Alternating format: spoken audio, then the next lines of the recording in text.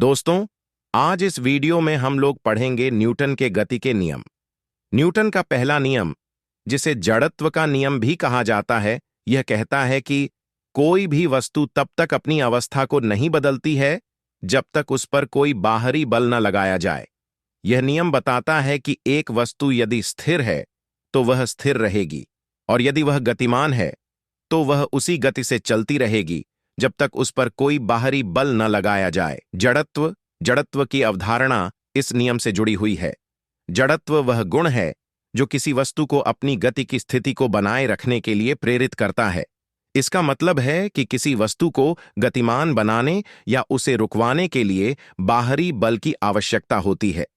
उदाहरण के लिए, जब आप अपनी कार को रोकते हैं तो आप महसूस करते हैं कि आपका शरीर आगे की ओर झुकता है।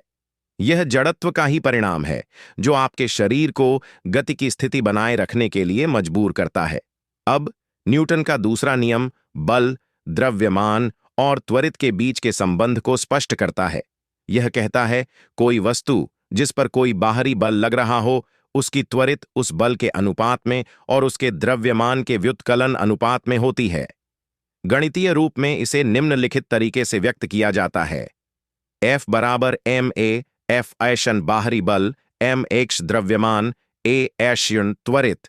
इसका मतलब है कि यदि किसी वस्तु पर बल बढ़ाया जाए तो उसकी त्वरित भी बढ़ेगी, और यदि द्रव्यमान बढ़ेगा तो त्वरित कम होगी जब तक बल समान रहेगा। उदाहरण नंबर 1। यदि हम किसी छोटी वस्तु को और बड़ी वस्तु को समान बल से धकेलते हैं तो छोटी वस्तु जल्दी गति पकड़ेगी क्योंकि उसका द्रव्यमान कम है, जबकि बड़ी वस्तु धीमी गति से चलने लगेगी क्योंकि उसका द्रव्यमान ज्यादा है। उदाहरण नंबर 2। यदि आप किसी वाहन को तेज चलाना चाहते हैं तो आपको अधिक इंजन शक्ति, बल की आवश्यकता होती है।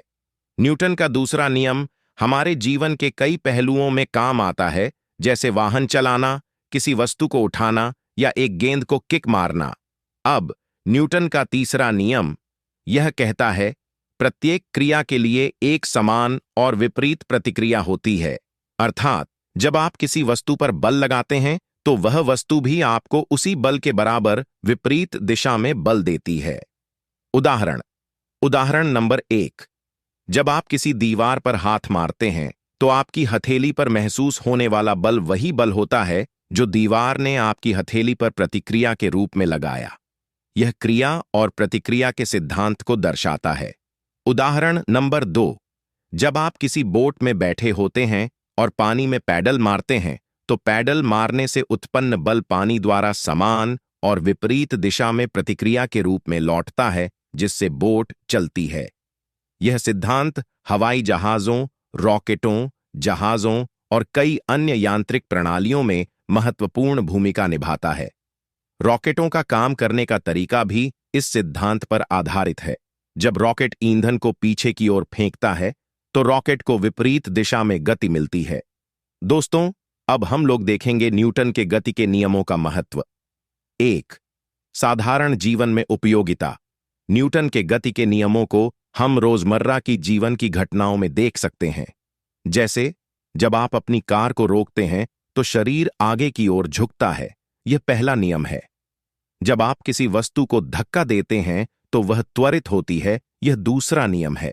और जब आप किसी दीवार पर बल लगाते हैं तो दीवार भी आपको उतना ही बल देती है, यह तीसरा नियम है। 2. यांत्रिकी में योगदान। न्यूटन के गति के नियमों ने यांत्रिकी की दुनिया को नया दिशा प्रदान की। यह नियम गति के अध्ययन के लिए बुनियादी आधार बन गए और हमें वस्तुओं के गतिमान व्यवहार को समझने की सुविधा दी। 3. विज्ञान के अन्य क्षेत्रों में प्रभाव।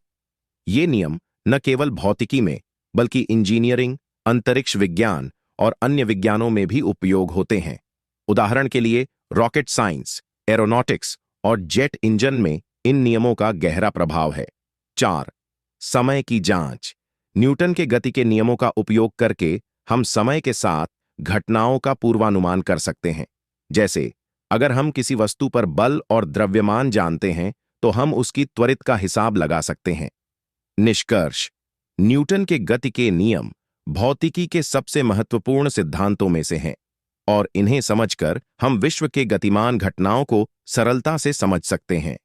इन नियमों ने न केवल वैज्ञानिक दृष्टिकोण को बदला, बल्कि रोजमर्रा की जिंदगी और तकनीकी विकास में भी महत्वपूर्ण योगदान दिया है। न्यूटन का पहला नियम, दूसरा नियम और तीसरा नियम सभी मिलकर यांत्रिकी के अध्ययन को संभव बनाते हैं और संसार की गति को समझने में सहायक होते हैं। अगर आपको वीडियो पसंद आई हो तो लाइक करें और सब्सक्राइब करना न भूलें। आपका सपोर्ट हमारे लिए महत्वपूर्ण है। धन्यवाद।